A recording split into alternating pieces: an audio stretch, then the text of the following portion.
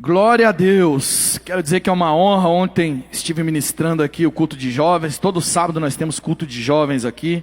E é uma honra estar aqui no domingo de manhã. É uma bênção estar com vocês. Certamente, se o Senhor não falou com você ainda, Ele vai falar. Porque Ele já falou comigo e certamente vai falar com você também. Amém? Amém? Mostrem que vocês estão aí, gente. Pelo amor de Deus. Glória a Deus. Olha só, quero compartilhar uma palavra com vocês que está lá em Lucas 15, verso 1 e 2. Acho que eu não falei a versão, né? NVI está na minha aqui, tá? Estou na NVI hoje porque eu estou meio jovem. Nova versão internacional. Diz assim, Lucas 15, verso 1 e 2. Todos os publicanos e pecadores estavam se reunindo para ouvi-lo. Preste atenção. Para ouvi-lo, mas os fariseus e os mestres da lei criticavam. 2 pontos. Este homem recebe pecadores e come com eles. Essa passagem está acontecendo em um episódio em que Jesus está falando com publicanos e pecadores. Quantos sabem o que são publicanos aqui? Tá, vou explicar rapidinho o que é publicano. Publicano é mais ou menos assim, ó. Vamos fazer de conta que um outro país veio e tomou o Brasil. Tomou. Agora o Brasil é nosso, acabou, viu? Acabou para vocês, agora nós mandamos aqui. E é o seguinte, vocês vão pagar imposto. Ih, mas a gente já está acostumado a pagar imposto. Não, mas vão pagar mais e vão pagar agora para o nosso país. Só que eles não têm gente o suficiente para cobrar os impostos. Então nós estamos aqui, todos juntos, falando desse país. Cara, eles não podem vir aqui e fazer isso. Como é que esse país vem, toma e faz isso dessa maneira? Tá de sacanagem, ele não pode fazer isso. Eu estou junto com vocês, falando também. Nós vamos jantar falando nisso, almoçamos falando nisso. E um belo dia chega uma cartinha para mim. Eu estou aqui contemporizando, tá? Não, isso não é desse jeito. Mas chega uma cartinha para mim, estou falando assim para você entender. Chega uma cartinha para mim e diz assim: Senhor Fabrício, surgiu uma oportunidade de trabalho. Você agora será um publicano. Você vai cobrar impostos da sua região e vai ganhar muito bem. De repente eu olho aquela cartinha e falo: quanto que é o salário? Tem plano de saúde? Ser publicano era como se fosse um traíra, sabe? Você fala assim, cara, esse cara é dos nossos. Olha, o Fabrício estava com nós sentado na mesa, agora está aí cobrando os impostos. E não era cobrança como acontece hoje, amados. Era cobrança um pouquinho mais grotesca, né? E eles roubavam bastante também. Porque eles tinham o poder, eles não tinham controle como tem hoje, né? Mais ou menos. Mas eles roubavam bastante.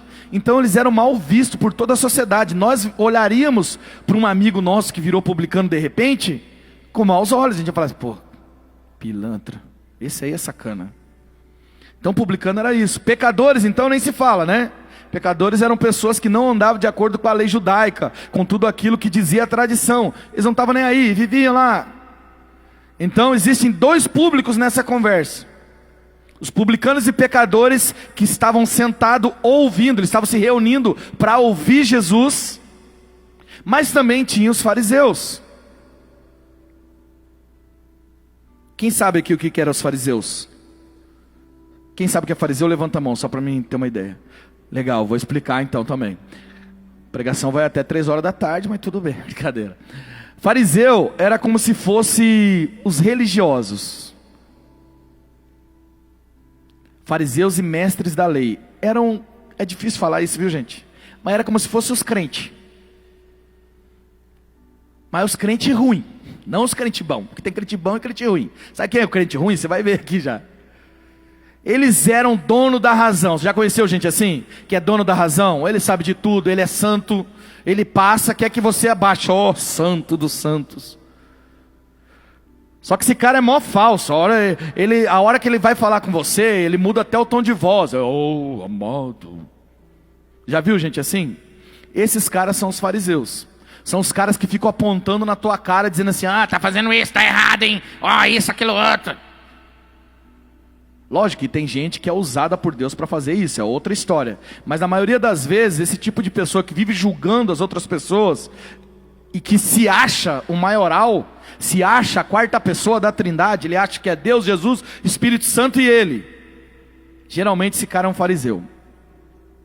E aí fala os mestres da lei também, pessoas entendidas, pessoas que conheciam a lei. É aquele tipo de pessoa que conhece a Bíblia, ela lê a Bíblia, mas ela usa de maneira errada. Ela acha que porque ela conhece, ela é mais do que o outro. E aí os fariseus e os mestres da lei estão vendo Jesus trocando ideia com os publicanos e pecadores. Eles ficam de cara, porque eles conhecem a lei. Eles olham e falam assim, olha lá, ó, falando com os pecadores e publicanos. Esse Jesus eu falei que era uma farsa. Esse cara é mó estranho, rapaz. Jesus ouve a crítica dos fariseus e dos mestres da lei e resolve desenhar. Fala assim, eu vou explicar para vocês, gente, senta aqui que eu vou desenhar para vocês o que está acontecendo aqui. Vem cá, deixa eu contar uma história para vocês entenderem o que eu estou fazendo aqui, nesse momento, já que vocês estão me criticando. E Jesus usa muitas parábolas. Parábolas, hoje tem um termo, em meio aos palestrantes e tal, que se chama storytelling, que é a técnica de fazer histórias. Então, para você explicar para a pessoa, é muito melhor quando você usa uma história, que a pessoa fica presa, ela entende, é mais fácil. Jesus já fazia storytelling, agora os caras inventaram, storytelling e tal, a primeira vez que foi falada, foi se... Jesus já fazia isso. E Jesus foi ali aplicar uma técnica de storytelling, que é uma história para poder explicar. E aí ele começa, Lucas 15, 4, 6. Lembra? Ele está explicando isso para aqueles públicos que estão ali, em especial para os fariseus e mestres da lei. Ele diz assim, ó: qual de vocês que possuindo 100 ovelhas e perdendo uma, não deixa as 99 no campo e vai atrás da ovelha perdida, até encontrá-la? E quando encontra, coloca alegremente sobre os seus ombros e vai para casa. Ao chegar, se reúne com os amigos e vizinhos e diz: alegrem-se comigo, pois encontrei a minha ovelha perdida. Essa é a primeira história que ele traz ali para o contexto, para que os fariseus e mestres da lei entendam o que está acontecendo ali. Ovelha. Nessa primeira parábola ele fala da ovelha. A ovelha está longe do pastor, está longe do rebanho, certo? Grava isso, está longe, porque ela está perdida. Mas é a pergunta que eu faço para você: será que a ovelha sabia que ela estava perdida? A ovelha é um animal meio burrinho, sabe?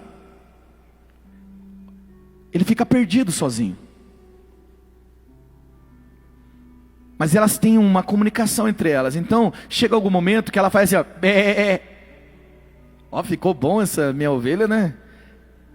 Para ser pastor tem que ser ovelha, gente. Você viu só?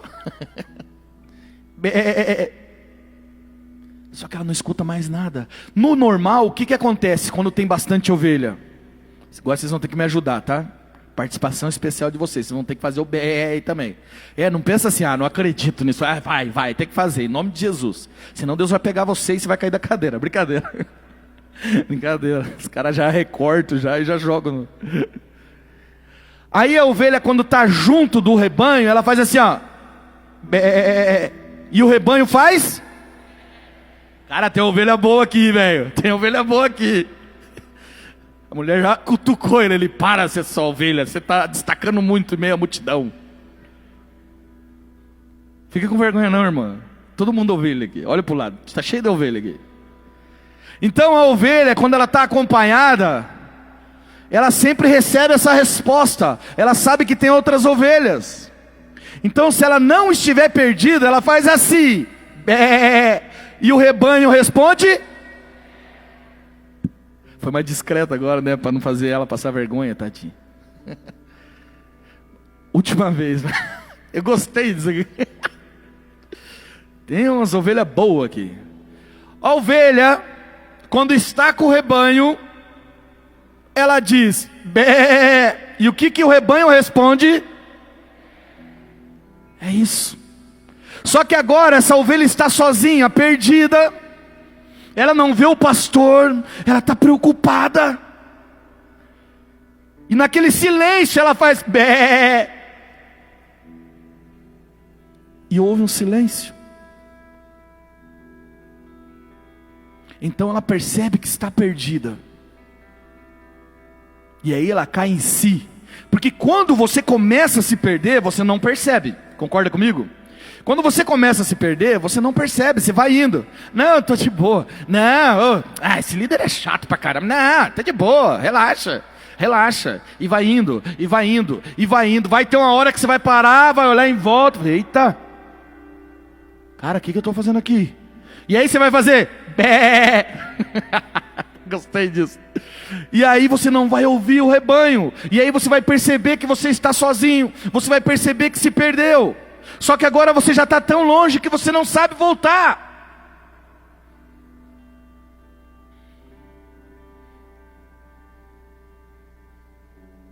E é assim que acontece com a ovelha.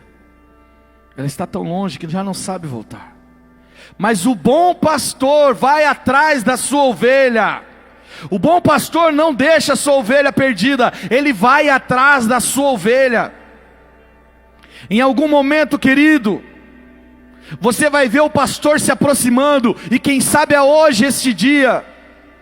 Quem sabe hoje, aonde você está vendo o pastor se aproximando. E a palavra diz que a ovelha reconhece o seu pastor. Uma ovelha reconhece o seu pastor. Por mais que ela esteja perdida, de repente ela dá uma olhada e vê o seu pastor vindo. E eu fico imaginando a ovelhinha, a alegria da ovelhinha em ver o seu pastor, e ela sai. E o seu pastor alegre pega a sua ovelha, põe os seus ombros e sai carregando ela. Sabe por quê? Porque a ovelha está perdida, ela não está com o rebanho. Não dá para ir indo sozinho, porque ela pode correr, pode se perder. Então o pastor põe ela nas suas costas e sai andando com ela. Ele carrega ela. É isso que Deus faz quando te reencontra. Ele te põe nas costas e te carrega. Por isso que a hora que você chega no rebanho, que ele coloca você de volta, você fala assim: nossa, mas a hora que eu voltei estava tão bom. Porque agora você precisa crescer, precisa evoluir, você já está no rebanho. E aí eu quero salientar esses 3 pontos aqui. A ovelha se perdeu, ela está perdida, ela deixou o rebanho. Ela não deixou o rebanho porque ela quis. Ela não falou assim, tchau, amigas ovelhas, agora eu vou seguir o meu destino. Ela não fez isso. Ela foi se perdendo. É assim que acontece, presta atenção. Presta atenção, porque você está se perdendo e nem percebe. Uma vez nós fizemos um retiro. E nós fizemos um retiro, todo o retiro dinâmico. Nós não fizemos cultos, ele foi inteiro dinâmico, era para adolescente.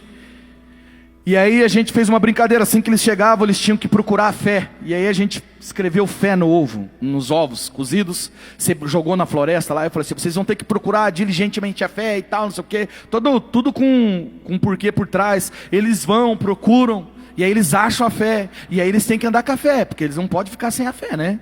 Tem que estar com a fé. Porque a fé vai garantir, inclusive no retiro, o almoço deles, o café. Para entrar no refeitório eles precisavam apresentar a fé.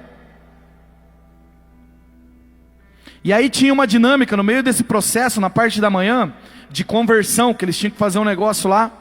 E aí nós estipulamos o ladrão da fé.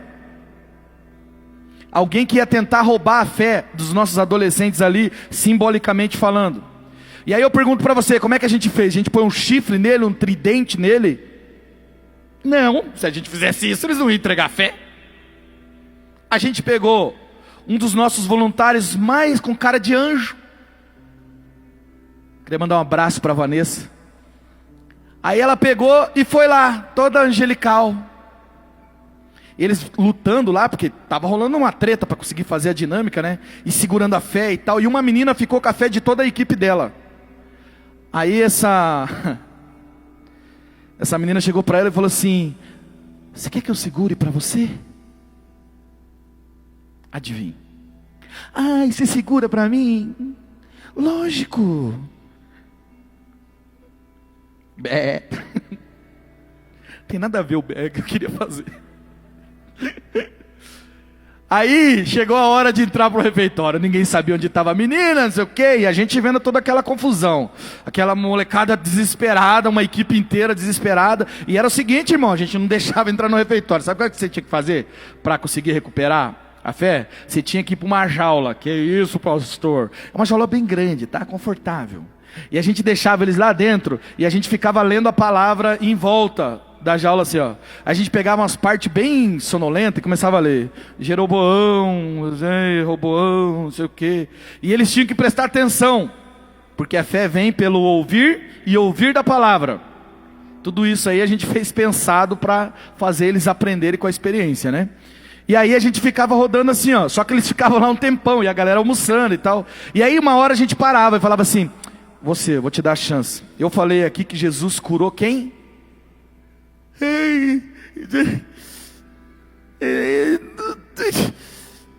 Maria.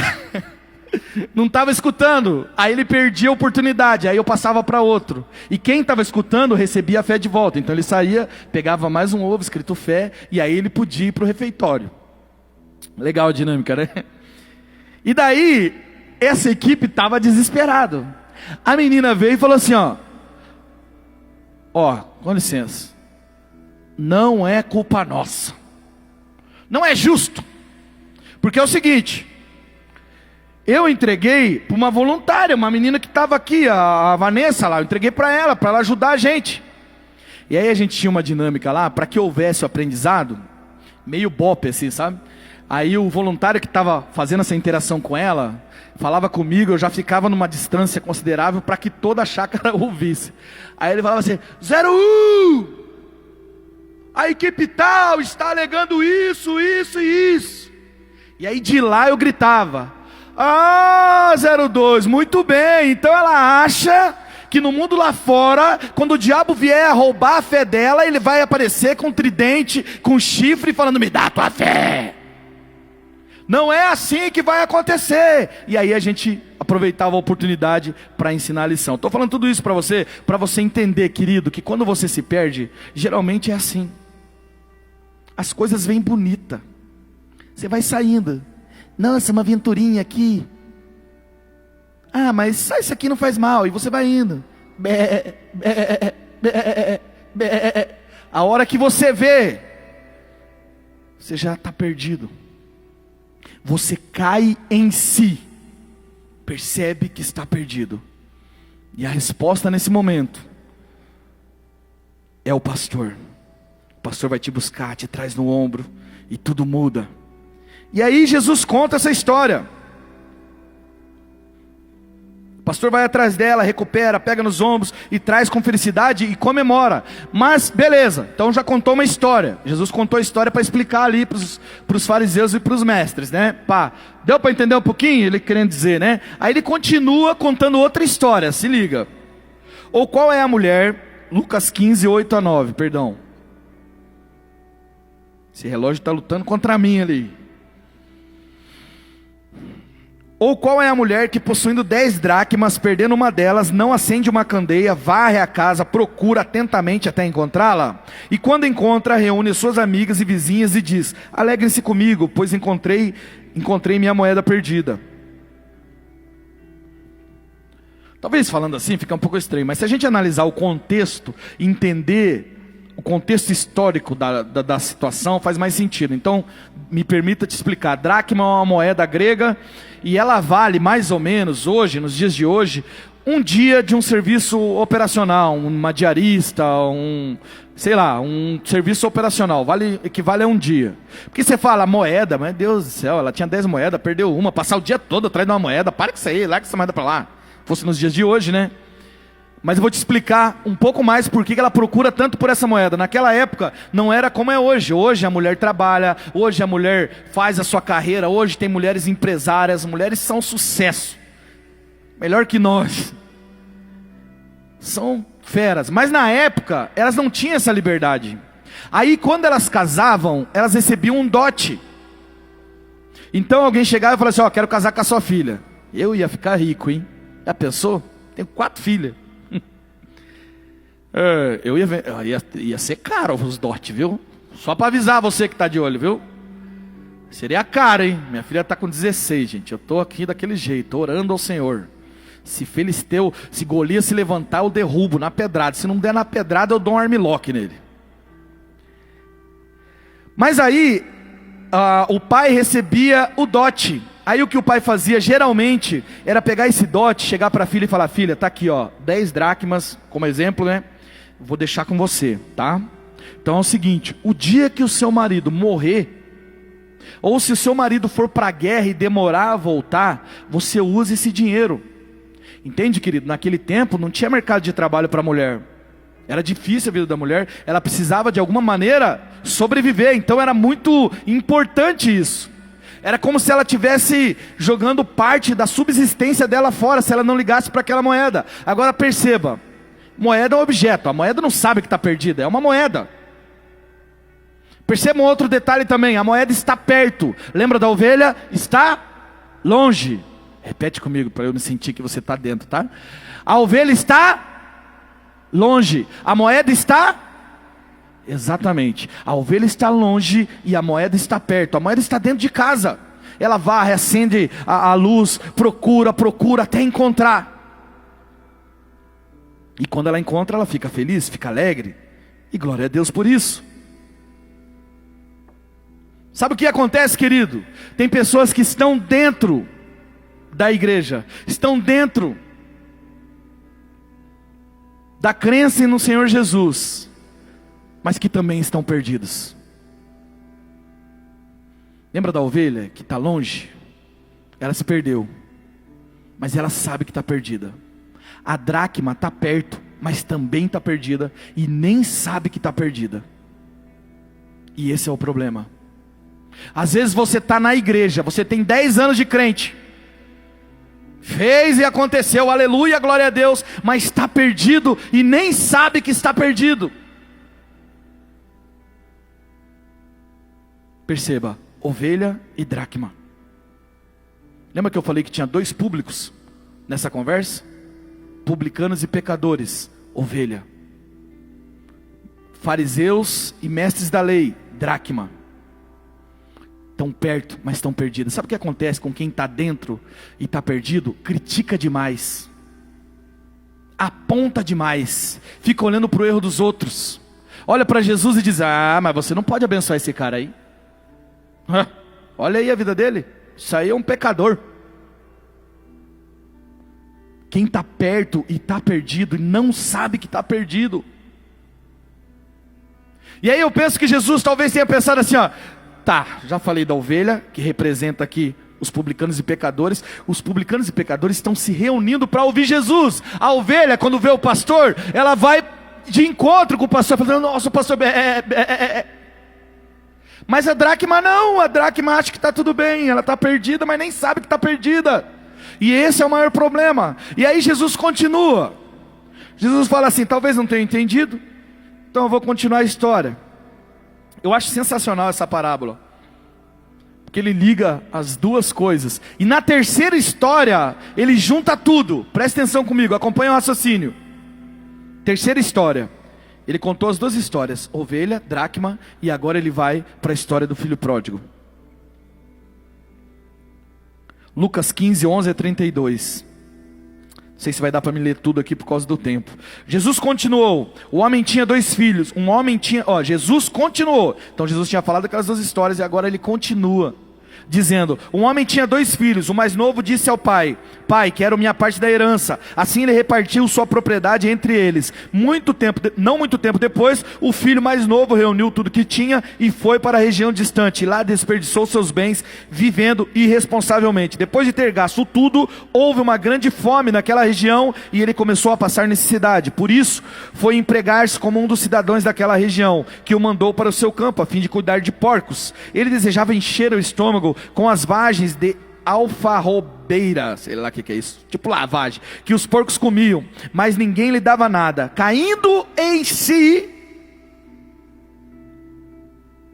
Ele disse: quantos empregados de meu pai têm comida de sobra, e eu aqui morrendo de fome? Eu me porei a caminho, voltarei ao meu pai, e lhe direi: pai, pequei contra o céu e contra ti, não mais digno sou de ser chamado teu filho, trata-me como um dos teus empregados. A seguir, levantou-se e foi para o seu pai. Estando ainda longe, o seu pai o viu, cheio de compaixão, correu para o seu filho, abraçou e beijou. O filho disse: pai, pequei contra o céu e contra ti, não sou mais digno de ser chamado de seu filho. Mas o pai disse aos seus servos: depressa, tragam a melhor roupa e vistam nele, coloquem um anel em seu dedo, calçado em seus pés, tragam um novilho gordo e matem-no. Vamos fazer uma festa, comemorar, pois este meu filho estava morto e voltou à vida, estava perdido e foi achado. E começaram a festejar. Vou parar aqui. O filho mais novo pede a sua parte ao pai, para que você entenda o contexto ali. Fazer isso era como se dissesse assim na época: já que o senhor não morre logo, porque eles teriam direito depois que o pai morresse. Mas quando ele faz isso, é basicamente como se ele estivesse falando assim: olha, eu estava esperando o senhor morrer, mas a verdade é que o senhor está parecendo a rainha da Inglaterra. O senhor não morre. Você já pensou chegar para o pai e dizer: por que não morre? Era isso que ele estava fazendo. Isso era uma extrema ofensa, isso era rebeldia. Mas o pai amoroso fala assim: beleza, você quer? Fechou. Dividiu tudo, deu para ele. Não muito tempo, ele pega e sai. Sabe o que ele está fazendo? Ele está dizendo assim: ó, eu não quero mais viver no seu governo, pai. Eu quero viver sobre o meu governo. Isso é rebelião. Ele pega as coisas dele e vai. Ele não quer mais viver sobre o governo do pai. E o regime naquela época era um regime patriarcal. Então quando ele faz isso, isso é algo muito grave. Inclusive a Bíblia dá... não vou lembrar agora a passagem, mas existia uma palavra que o filho rebelde, eles podiam apedrejar inclusive. Mas esse filho foi. Sabe o que é interessante? Eu gosto de pensar no pai, enquanto o filho está longe, gastando todo o seu dinheiro.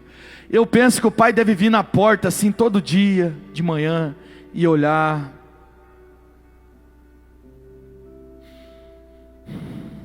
E volta para os seus afazeres. Esse filho representa a ovelha, porque ele está longe. Ele está longe, fazendo as coisas dele. Lembra que eu falei? Na hora que sai bonita.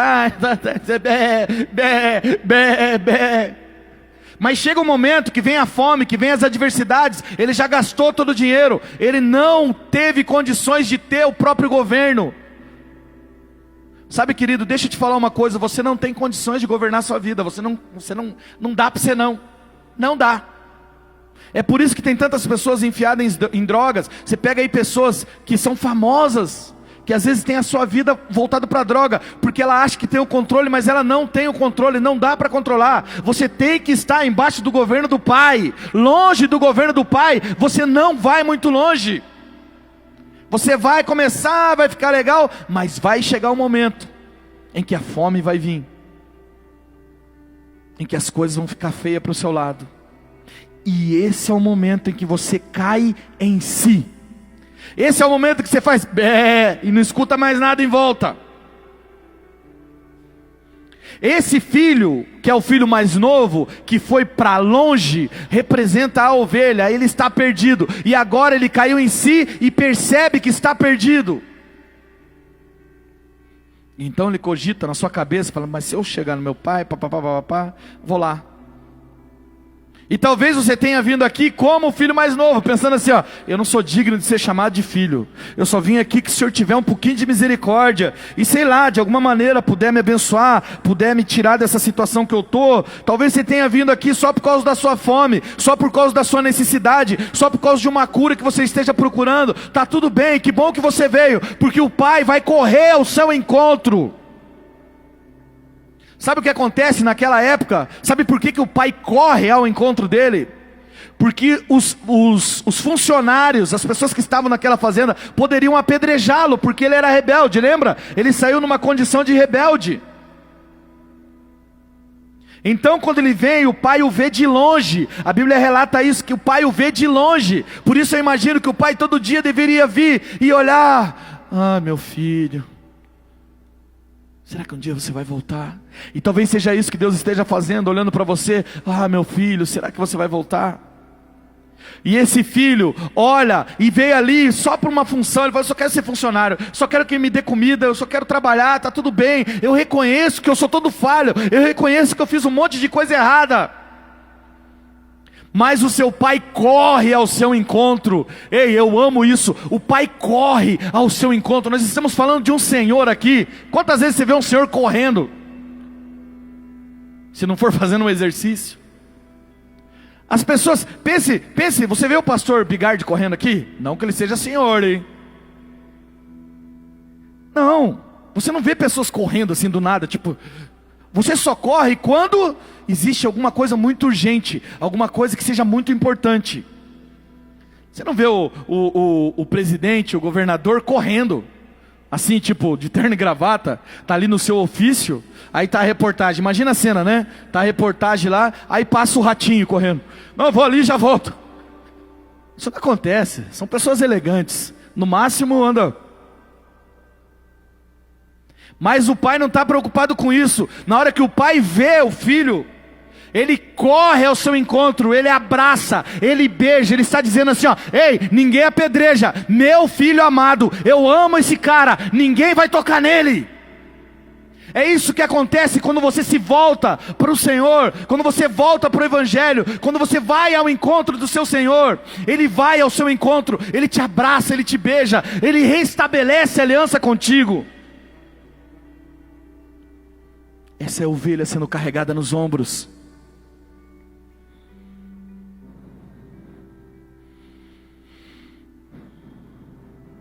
Ele caiu em si, ele percebeu que ele estava perdido. Quem sabe hoje é o dia de você cair em si e perceber que está perdido. Quem sabe hoje é o dia de você perceber que a vida que você está levando não vale a pena.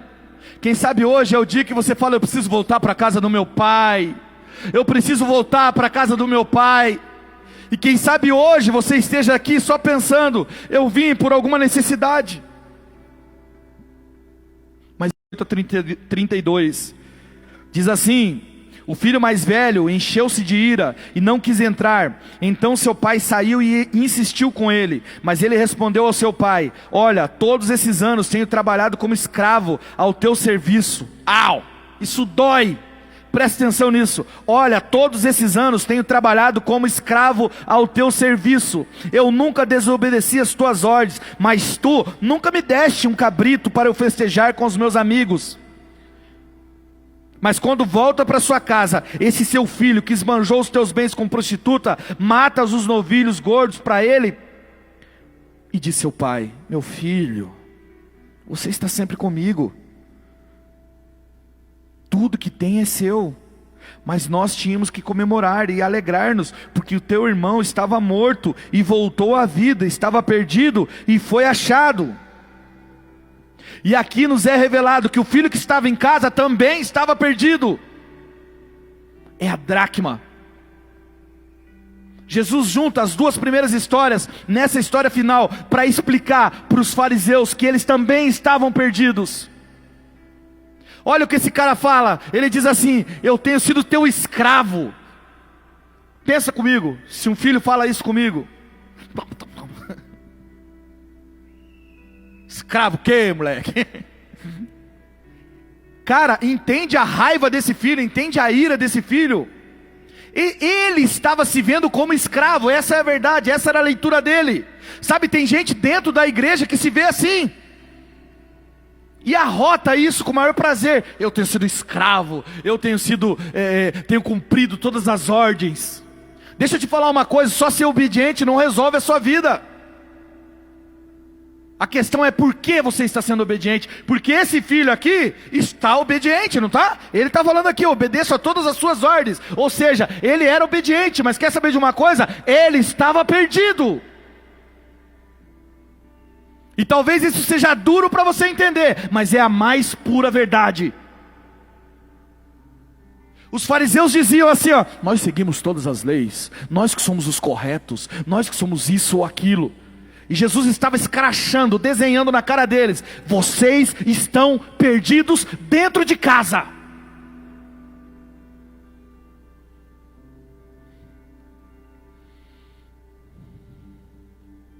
Eu acho interessante que ele diz assim: mas quando volta o seu filho para casa, quando volta para casa o seu filho, que esbanjou os teus bens com as prostitutas. Eu não vi nada disso aqui na leitura. Ele que colocou essa parte aqui. Se você ler todo aqui, você vai ver que em nenhum momento fala assim, esbanjou, mas não fala com prostituta. Foi o irmão que falou aqui. Tem duas situações que podem ter ocorrido aqui, eu não quero definir porque não está escrito. Mas uma ele pode ter deduzido, pode ser. E outra, pode ser que ele também frequentasse o mesmo lugar que o filho, só que desbaratinado, escondido, porque ele era o filho obediente. Ele era o filho que tinha ficado. Ele era o filho bom, era o filho que não tinha se desviado. É isso que os religiosos fazem. Quando eu falo religioso no sentido mal da palavra, no sentido de legalista.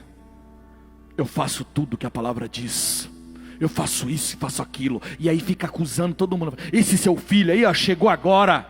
E aí está sendo levantado. Olha aí, seu filho aí agora sumiu. Está irado com o que está acontecendo à sua volta. Está criticando. Mas lá no fundo, no secreto, ele tem uma vida dupla. Lá no fundo, no secreto, ele também está frequentando a casa de prostituição. Mas ele entra discreto, ele entra pela porta de trás. Porque ele tem uma reputação a zelar. Ele é o filho obediente que ficou em casa.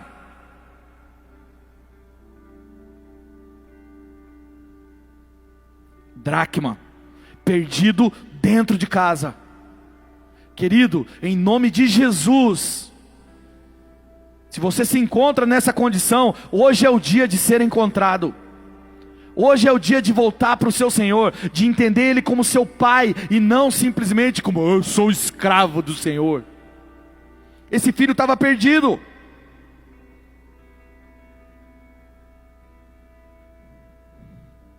Então quando Jesus conta essa história do filho pródigo, ele está colocando as duas histórias em uma história só, que está querendo explicar para aquele público. Do começo que eu falei, Lucas 15, 1 e 2, todos os publicanos e pecadores estavam reunidos para ouvi-lo. É a ovelha reunida para ouvi-lo, é o filho que está voltando, pronto para ouvi-lo. Mas os fariseus e os mestres da lei criticavam: este homem recebe pecadores e comem com eles. Ei, é o filho mais velho que estava em casa, que tinha ficado. É a dracma dentro de casa, perto, mas perdido também. Mas em toda essa história, o que é enaltecido não é os pecados do filho pródigo. O que é enaltecido não é os pecados da dracma, daqueles que ficaram em casa. O que é enaltecido é o amor de um pai.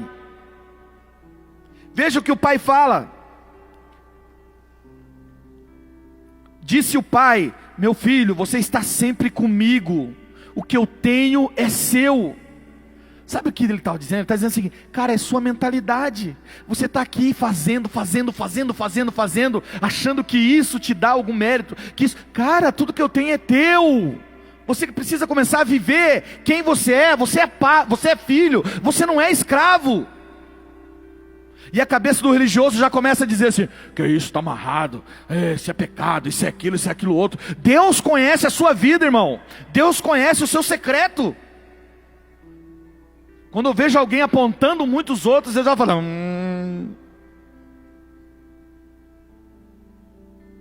Outro dia eu vi um vídeo, até compartilhei nos grupos, um vídeo na rede social, que um pastor que era também encanador diz assim: quando uma torneira está muito arrochada, eu já olho e falo: aí tem vazamento.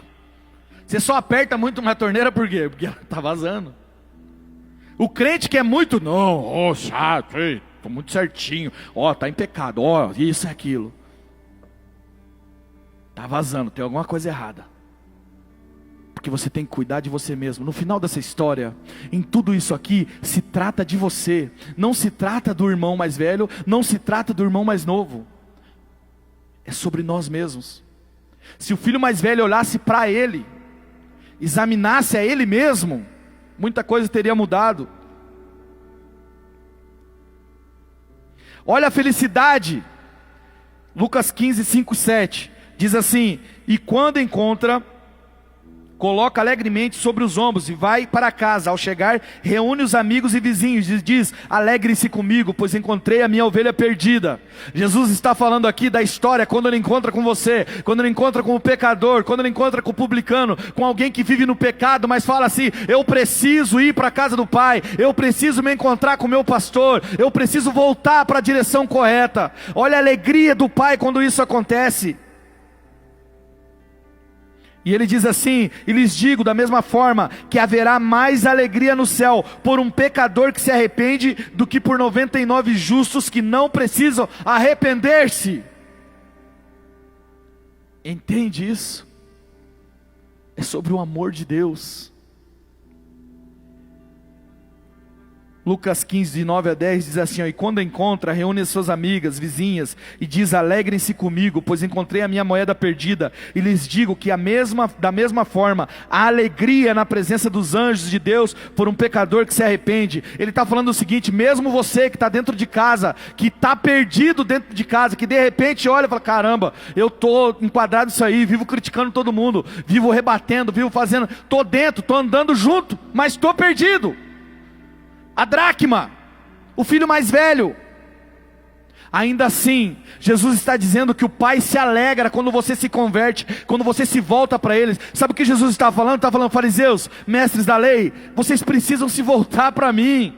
Não adianta vocês ficarem aí com essa pose de escravo, de todo certinho. Se volta, cara, porque eu vou ter alegria nisso também.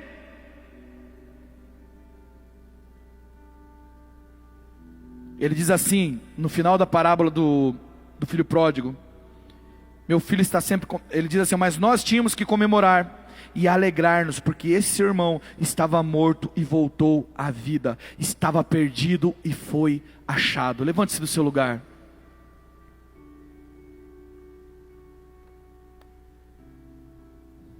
Apaga as luzes para mim, por gentileza. Eu não sei quem você é nessa história, mas se Deus trouxe isso ao meu coração, se Deus trouxe isso, é porque você precisava ouvir isso, assim como eu precisava também. Talvez hoje você seja a dracma, está perto, está dentro da casa, mas se encontra perdido. Você segue regras, segue leis, segue direções, mas tudo isso sem a essência do amor, o que não faz o menor sentido. Sabe, quando Jesus está falando toda essa história para os fariseus, Ele não está simplesmente apontando ou brigando com os caras. Ele está fazendo um convite. Ele está falando assim: há chance para vocês também. Vocês estão dentro, mas estão perdidos. Mas eu quero achá-los. Eu quero ter a alegria de achá-los. Então não tem mal nenhum se você está nessa condição hoje. Se o Senhor está falando com você hoje, Ele quer achar você. Ele não quer que você se veja como um escravo.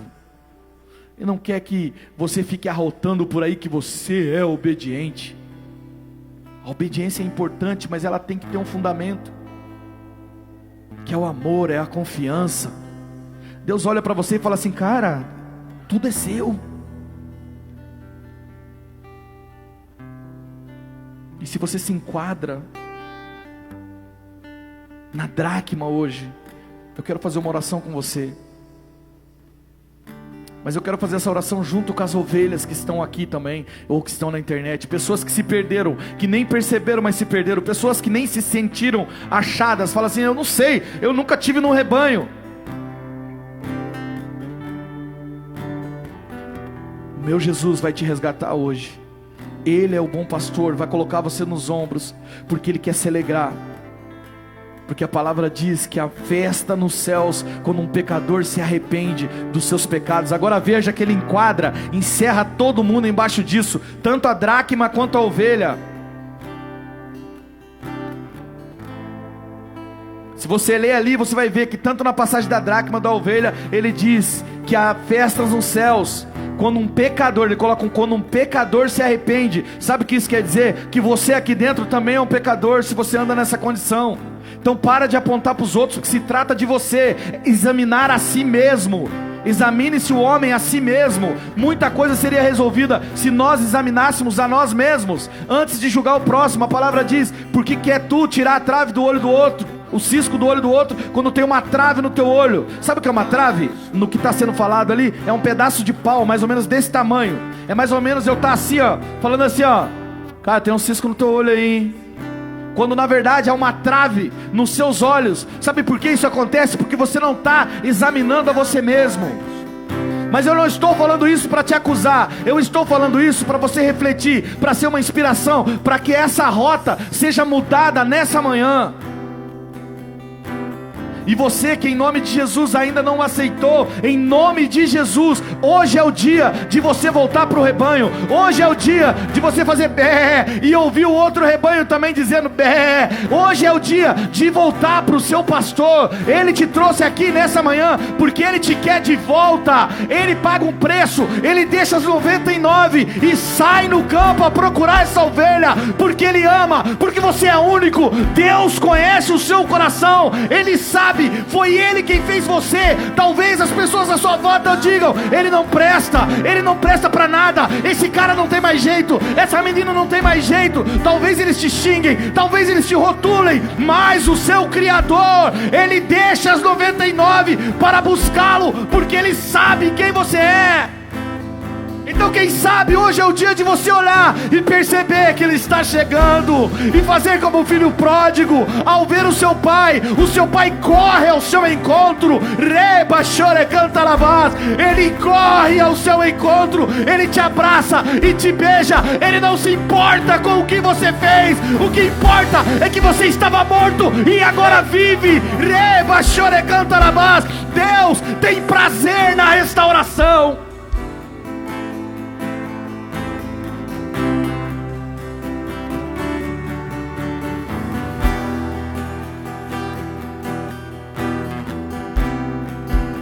E você pode sair daqui pensando: só foi mais uma palavra. Ou você pode sair daqui arrependido: e nós teremos festa nos céus. E o seu pai que te ama e que te conhece além da sua reputação. Uma ovelha, quando está perdida, não é tosqueada. Ela passa por lugares sujos, e talvez ela vai ficando suja no meio do caminho. E talvez ela esteja fedida no meio do caminho, porque ela está sozinho. O pastor cuida da ovelha, mas agora ela está sem cuidado. Mas quando o pastor vê a ovelha, a alegria dele é porque a ovelha está ali, é porque vai haver restauração. Quando esse pai olha para o filho que está vindo, o filho mais novo, ele não se preocupa com o que o filho fez, ele não quer saber com o que o filho gastou. Tudo que ele sabe é que o filho dele está voltando à vida. É isso que acontece com você nessa manhã. Hoje você volta à vida. Então, em nome de Jesus, eu quero fazer uma oração. E quero que você repita essa oração comigo. Dracma ou ovelha, independente, eu gostaria que você repetisse essa oração comigo. Feche seus olhos, igreja. Diga: Senhor Jesus, Senhor Jesus, eu quero entregar a minha vida em suas mãos. Que a sua vontade aconteça a partir de agora. Me perdoa porque fui para longe, porque estive perdido. Mas agora o Senhor me encontrou. E eu quero me colocar à sua inteira disposição. Hoje eu quero que haja festa nos céus. Porque eu estou voltando, papai. Escreve o meu nome no livro da vida. Em nome de Jesus. Amém e amém. Dá uma salva de palmas bem forte.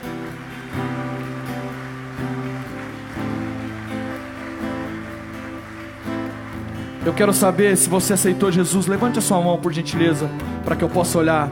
Glória a Deus. Pode levantar a sua mão. Se você aceitou Jesus hoje, levante a sua mão. Amém, glória a Deus. Glória a Deus, parabéns, a festa dos céus nessa manhã, a festa nos céus. E se você é uma dracma que hoje foi encontrada, em nome de Jesus, ainda há tempo que você possa viver como filho, que você não se veja mais como escravo. Não é o fazer, não é só obedecer por obedecer, mas é obedecer porque confia, porque ama. Em nome de Jesus, abandone a religiosidade e seja filho. Se você aceitou Jesus, você que levantou a mão e aceitou a Jesus hoje, nós temos aqui as nossas amigas que vão te ajudar nessa caminhada. Você pode passar ali naquela sala, tem um cafezinho maroto, um cafezinho top. Você vai ganhar um presentinho, vai dar o teu nome ali, e elas vão te ajudar nessa caminhada, em nome de Jesus. Obrigado, gente, Deus abençoe. E eu quero finalizar orando e agradecendo ao Senhor, porque hoje dracmas foram encontradas, porque hoje ovelhas voltam para o pasto. Eu quero encerrar isso aqui dizendo para você, querido, que independente da sua circunstância, independente do seu passado, independente da sua reputação, como eu falei, a ovelha talvez tenha se sujado no meio do caminho, porque ela estava sozinha, mas o pastor vai cuidar dessa ovelha, o pastor vai cuidar de você, Jesus vai cuidar de você. Então não se sinta envergonhado ao chegar no pasto, porque em lugar de vergonha, agora teremos glória, teremos alegria, porque o pastor está feliz caminhando com você em seus ombros, porque o pai está feliz, porque o filho voltou para casa. Em nome de Jesus, que você possa guardar essa palavra no seu coração, e seja qual for a parte que Deus falou com você aqui nessa manhã, que Deus foi 3 palavras, se você prestar bem atenção, foi 3 palavras hoje, uma na abertura, uma depois do louvor e essa agora. Certamente Deus fala com você. E eu costumo dizer o quê? Quem me conhece já sabe o que eu vou falar agora. Quem me conhece já está falando agora, ele vai para o jogo lá fora. E é isso que eu vou falar mesmo. Eu falo isso desde 2009 e vou continuar falando. Sabe por quê? Porque o jogo é lá fora. Quando falo que o jogo é lá fora, não estou querendo que aqui dentro não tenha importância, não estou querendo dizer que aqui dentro não tem importância. É óbvio que tem. Mas aqui é o lugar de treinamento, é o vestiário, onde a gente conversa, onde a gente fala assim, cara, tem que ser forte, tem que ser aguerrido, Deus vai fazer, Deus vai acontecer. Mas sabe de uma coisa? Quando você sai daquela porta para fora, é que o jogo acontece, é na sua casa que esse jogo acontece, é no seu trabalho que esse jogo acontece. Satanás vai vir no seu ouvido, vai querer te levar, vai querer fazer você se perder, e talvez você estava em rota para se perder, você já estava saindo felizinho, não, tá tudo bem, mas hoje o Senhor te chamou de volta. Só que a hora que você sair lá para fora, não vai ter fundo musical, não vai ter pastor no microfone falando. Lá vai ser você e Deus, vai ser você como Samar, vai ser você e Deus. É lá que o jogo acontece. Você pode obviamente contar com a ajuda do seu líder de célula, com a liderança da igreja, comigo mesmo. Como eu falei, se você precisar, eu converso com você. A gente atende algumas pessoas aqui no final do culto. Talvez hoje eu não consiga, porque eu vou participar do batismo às 2 horas. Então eu preciso correr para casa, para depois ir para o batismo. Eu vou ficar um pouquinho aqui, mas só para fazer saudação, não vou conseguir aconselhar ninguém. Mas se você quiser um aconselhamento, você pode ligar para a igreja e falar assim, ó, quero falar com o pastor Fabrício, como que eu faço? Eles vão achar um espaço na agenda lá, e a gente vai ficar 1 hora numa salinha aqui em cima, conversando, eu vou te ouvir, e vou em nome de Jesus ser usado por Deus para te ajudar no seu processo. Mas entenda, o jogo é lá fora. A maior parte do seu tempo você não vai estar comigo, a maior parte do seu tempo você não vai estar com o seu líder, mas você vai estar com Deus, você vai estar com o Espírito Santo, e é tudo que você precisa. Oremos. Pai nosso que estás nos céus, santificado seja o teu nome, venha a nós o seu reino, e seja feita a sua vontade, assim na terra como nos céus.